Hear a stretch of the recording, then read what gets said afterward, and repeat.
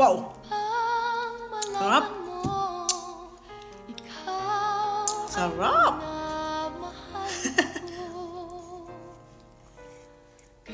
Oops! Cheers! Nag-iisa lang sa mundo. Tamis ng strawberry. Dati Ito kasi yung season ng strawberry dito sa Germany.